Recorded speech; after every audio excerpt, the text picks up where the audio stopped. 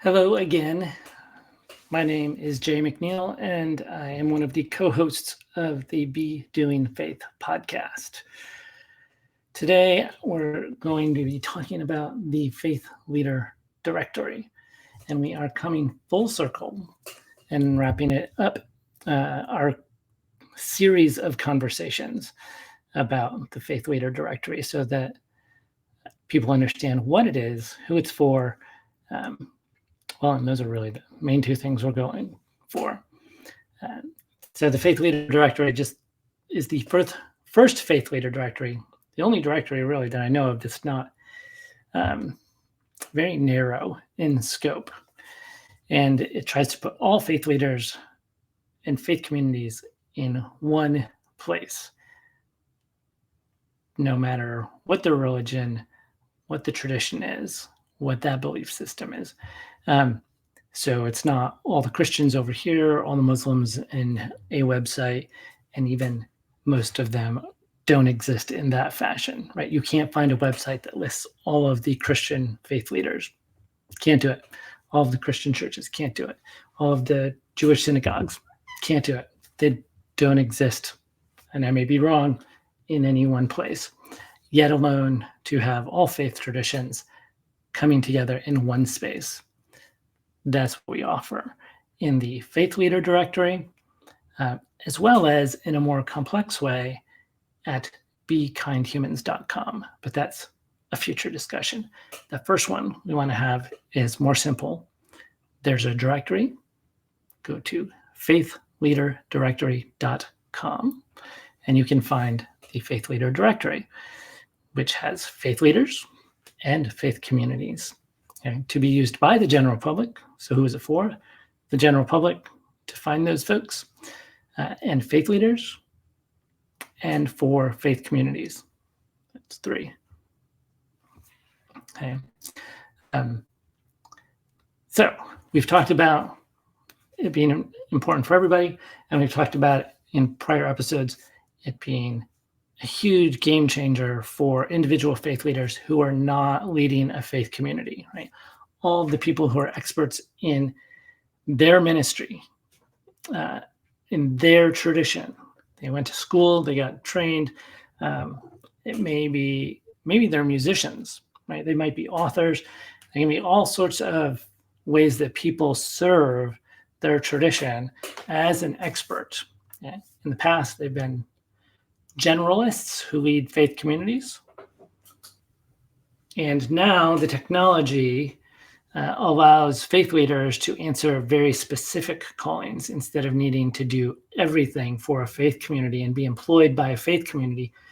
Now they can answer what they specifically feel called to. So if they feel called to leading a youth retreat or preaching or doing hospital visits or home visits or home blessings or blessing pets like this one in my lap. Faith leaders can now make themselves available to do only the things, the limited things that they feel called to doing and are experts in that thing or those things, whatever they may be. So if you're looking for a faith leader to provide some sort of service for you, I don't mean a worship service, although it could be a worship service. I mean any kind of service like you would think about another industry, customer service, okay? A product or a service. If you want a product like a book from a faith leader, you could also look for that. That could be something they can offer. They can offer products and they can offer services. Okay.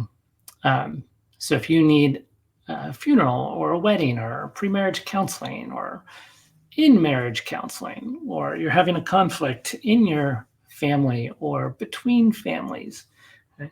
These are all things that you can talk with a faith leader about. If you have faith questions, need pastoral care, pastoral counseling, okay? Now faith leaders can do that. But this episode is actually about those faith leaders that I just described. Like now all of the faith leaders who haven't been serving in a faith community as basically a pastor or something like that, whatever your tradition calls that role. those people have had to go find other jobs to pay their life bills to support their families. Okay.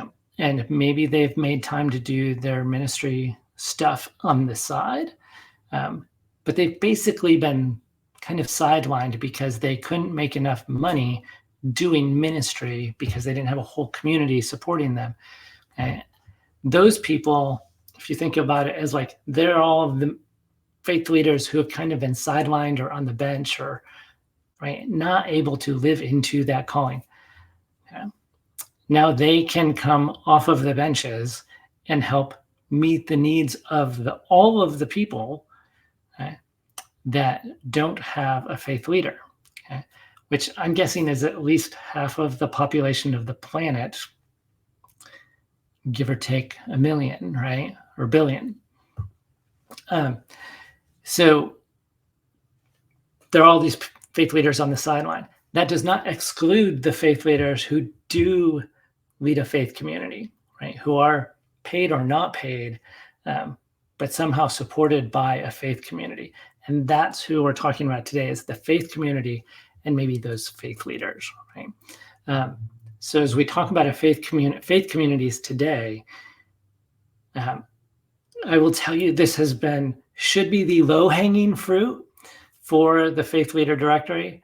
I've been doing something like this. This is sort of the latest version of at least 10 years of me trying to get all faith leaders into one place and resource to the public so that the public can find faith leaders. Shockingly, there's a huge demand for faith leaders, and faith leaders are having trouble finding the people that want their support. So they're like talking past each other. And I've been trying to help them connect, right? So my vision is that all faith leaders are able to collaborate and make themselves available to support all of the people on the planet and all of their pastoral faith leader needs. Yeah? Because right now it's not happening. All of the people on the planet have pastoral needs at some time in their life, even if there are individuals who that's not true for. If someone goes through their life and never needs to talk to a spiritual leader, a spiritual expert in any faith tradition whatsoever, never has a spiritual question, never, right? Maybe that person exists, but at least every household will need a faith leader at some time in their life. There will be a crisis, there will be a death, there will be a birth, and there will be conflicts and need for somebody with a spiritual, broad perspective who is trained to listen and support people through those kind of crises and times and life events. Okay. And so when those households, many households need a faith leader, we want them to be able to find the individual faith leaders, whether they're part of a faith community or not, and faith leaders who do lead faith communities, because they also have special things that they can offer. And we know that people do go look for faith communities. Okay? The internet has tried to facilitate that, not explicitly, but indirectly, right? Like they're helping you find everything, right? You can go do a Google search for anything. Okay. And in an earlier episode, we talked about why this is a better way to search for a faith community than just going and doing a Google search or using any sort of browser search. Okay. We are designed to meet this need. Okay. And we're going to continue to kind of make improvements around how that happens. Okay. We've got out there. Right now, we have out in the public what I would describe as sort of a little bit higher than the minimum viable product. And we will continue to make improvements. All right. For faith communities, I want to tell you about an experience that I've had for the entire 10 years that I've been doing this work. I am a minister. I've gone to 3 different seminaries. I was 10 years ago when I got ordained, when I finished seminary, I was working at the seminary library when I started to do this work, when I had these realizations, and there's stories about how that came to be. Um, so I was surrounded by, I was in Richmond, Virginia, where I knew lots and lots of ministers. I was working at the library that was shared by 3 different seminaries. I was in the center of the hub of ministers and seminary professors, and I was going to conferences for various Christian denominations, and standing in circles with Christian ministers and seminarians all the time, constantly. And we would have different discussions about what is going on, the state of religion in America. And sometimes we would talk about this weird thing that I was working on, right? And I had different names at different times, but basically, I'm working on this faith leader directory. And there might be 5 or 10 people in the circle, all of them faith leaders in some capacity. And they would just kind of say, well, that's really interesting. That's really cool that you're doing that. And then they would just walk away. Like it wasn't for them, right? Because they were almost all of them planning to be traditional, lead a congregation, pastor a congregation, ministers. And many of them already were, right? So if I was at some sort of Baptist conference of Baptist ministers, these are the ministers that are leading congregations currently, right? And they would sort of tacitly affirm what I was doing, and just walk away. Good luck with that thing you're doing. Months later, years later, they could ask, so how's that thing going? That thing you were working on, what's it called? Virtually nobody ever joined or participated. For those of you that are the exception, thank you. And now, please add your listing in the current Faith Leader directory. It's for free right now. It may not be for free forever, but it's certainly, you can start for free right now. You can be there for permanently for free right now. There's no reason not to be there. So I want you to hear, if you are a faith leader of a faith community, this is a no-brainer for you.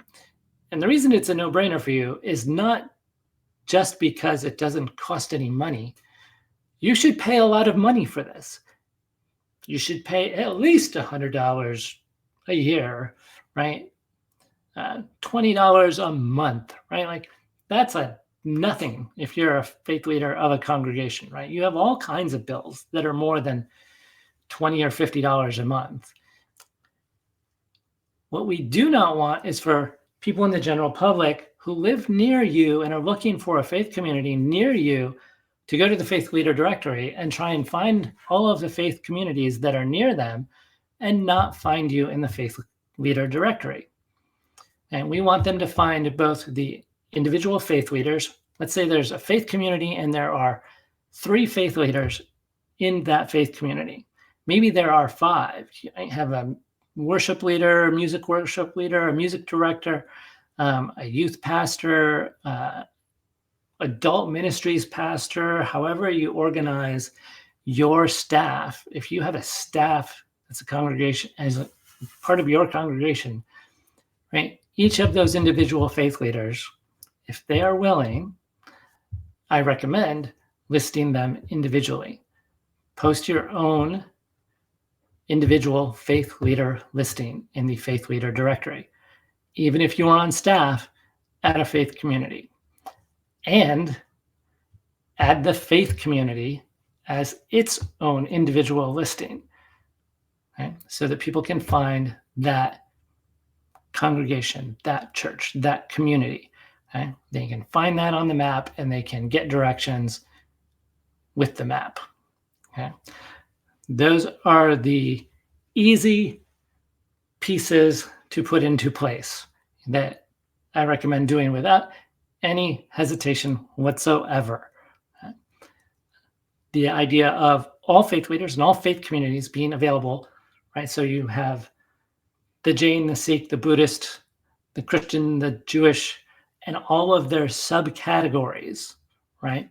Conservative, moderate, liberal, theologically, politically, right? You should be able to find all of them in the same resource, right? There should be a way for everybody in the public, wherever they live, anywhere on the globe, to be able to go to a space on the internet, aka the Faith Leader Directory, and we built it because it doesn't exist, right? Not because for any other reason, right? If it already existed, we wouldn't have built it.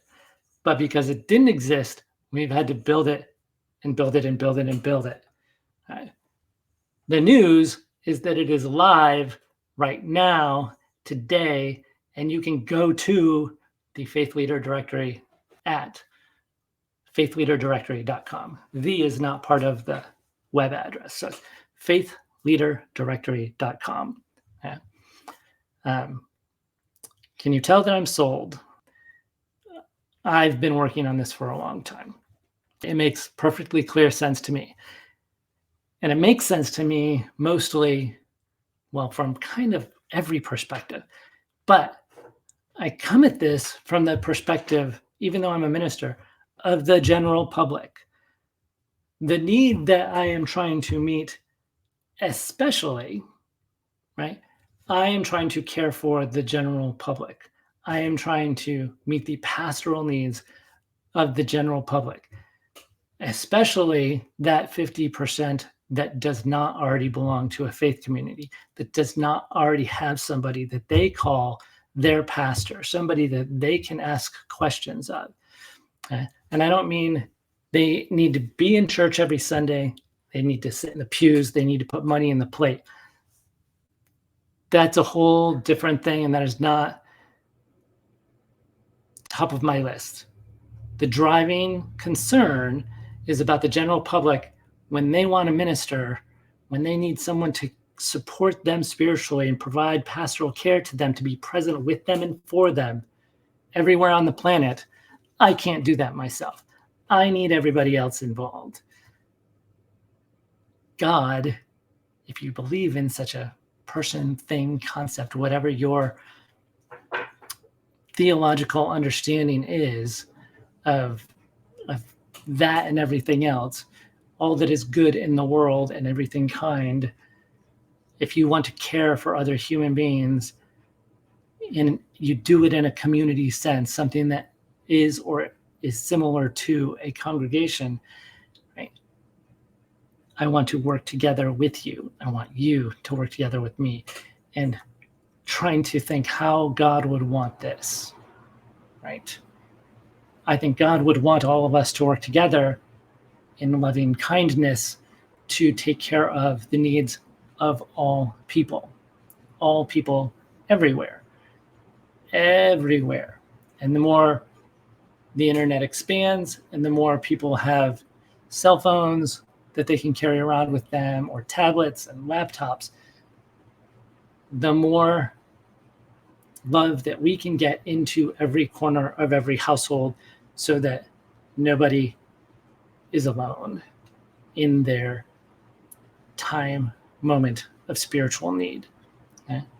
That can happen far away all around the world because of the technology now. You can support somebody who is in Nairobi or London, Australia or Canada or Mexico or South America, Cuba, anywhere. Okay?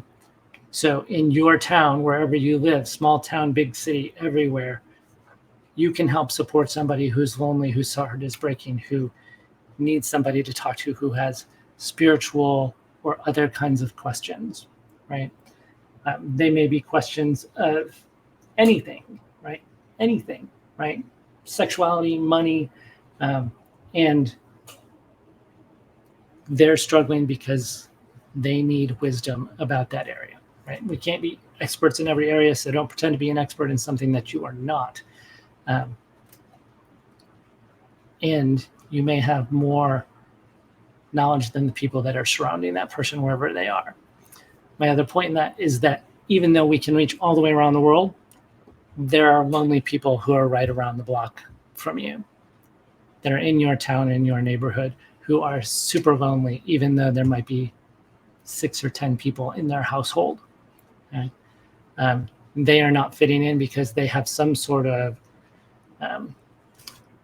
trait or struggle or concern or question.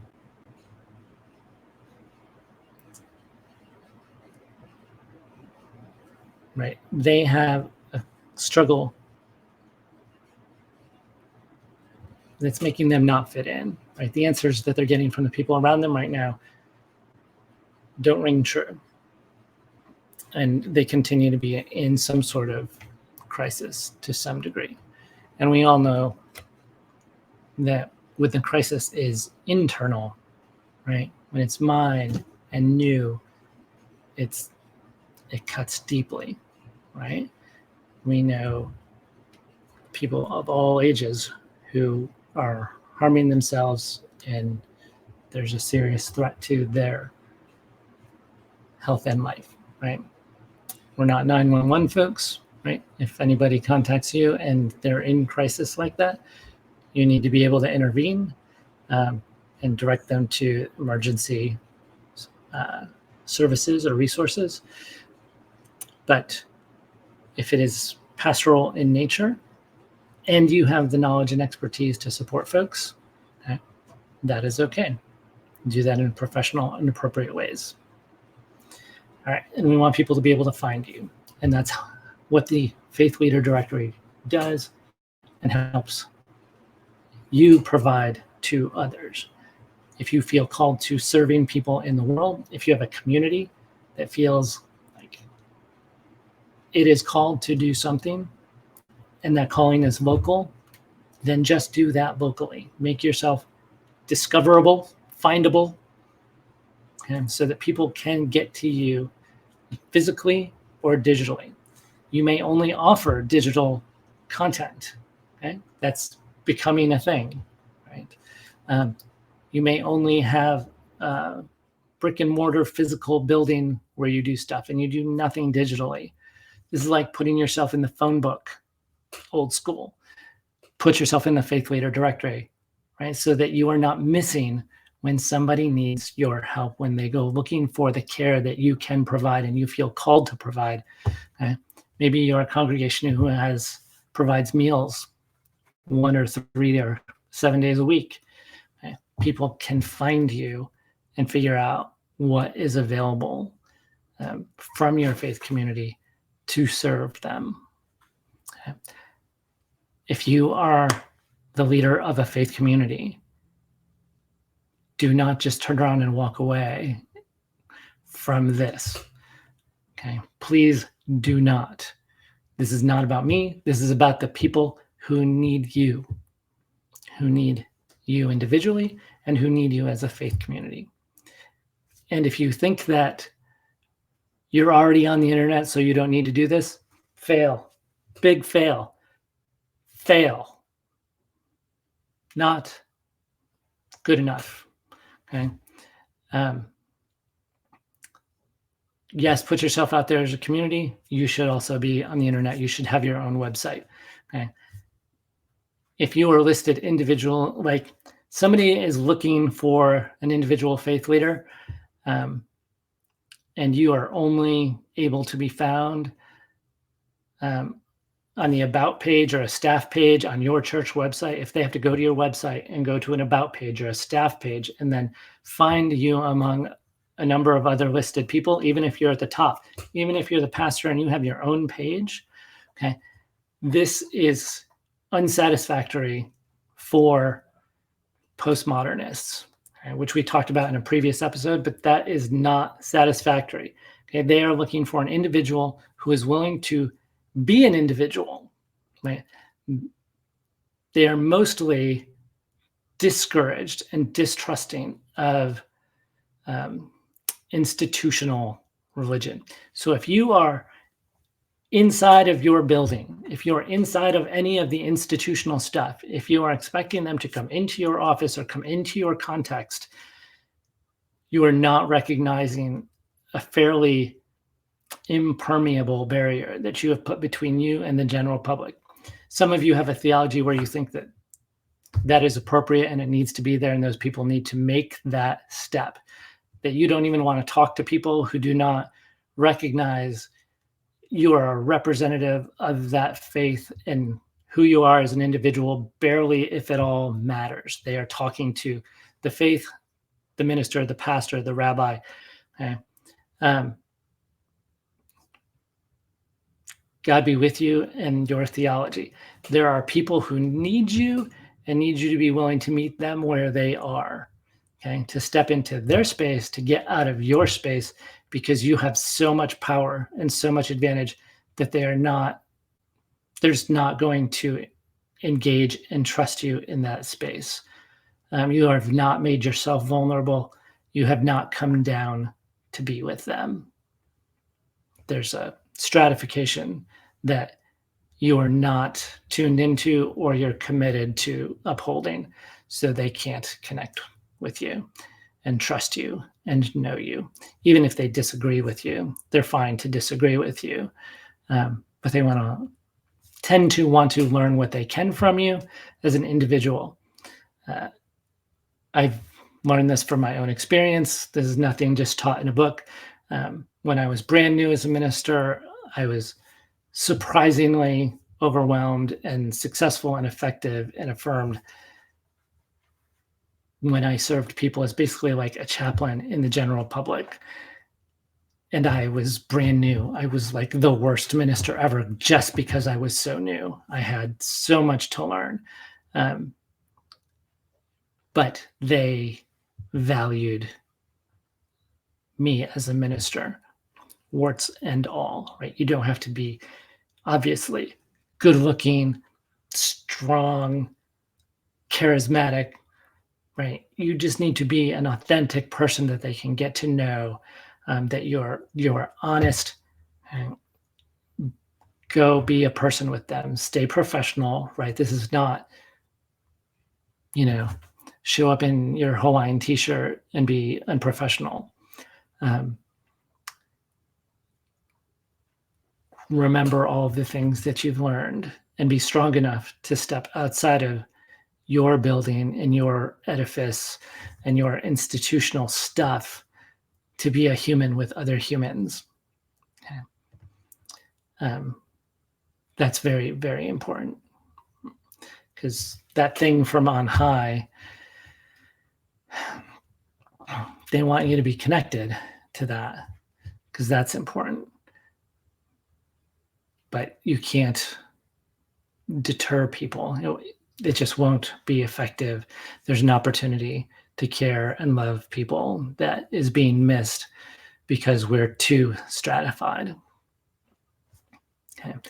So if you are a faith leader in a faith community, list yourself individually.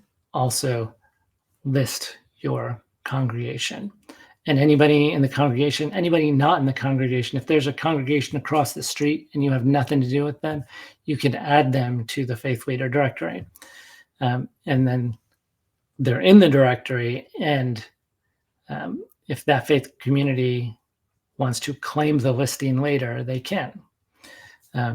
It'll already be there for them. So everybody's encouraged to go add all of the faith communities that you know about. And if you go to add your own faith community, just check and make sure that somebody hasn't already done that for you. Okay? If it's already there, and you're authorized to claim it, go ahead and claim it. If you're a member of a board of trustees, whatever governs your church, and you have the authority and permission to do that, you can claim that on behalf of your church, okay? Your congregation, your faith community, your synagogue. Okay. Go to faithleaderdirectory.com and add your listing, add other people's listing. If you're already there as a faith community and nobody has claimed it, go ahead and claim that listing. Okay. two very particular words: add a listing or claim a listing. All right, that's it. That's my whole show. We're done kind of talking about the Faith Leader Directory. Colbert Prosper and I will be doing episodes on all different kinds of things. So tell us what you want us to talk about, what kind of guests you want us to bring on the show, and we will work on that. Yeah, so that's about it. Thanks for listening to all these episodes, the series of episodes about the Faith Leader Directory as we presented them on the Be Doing Faith podcast.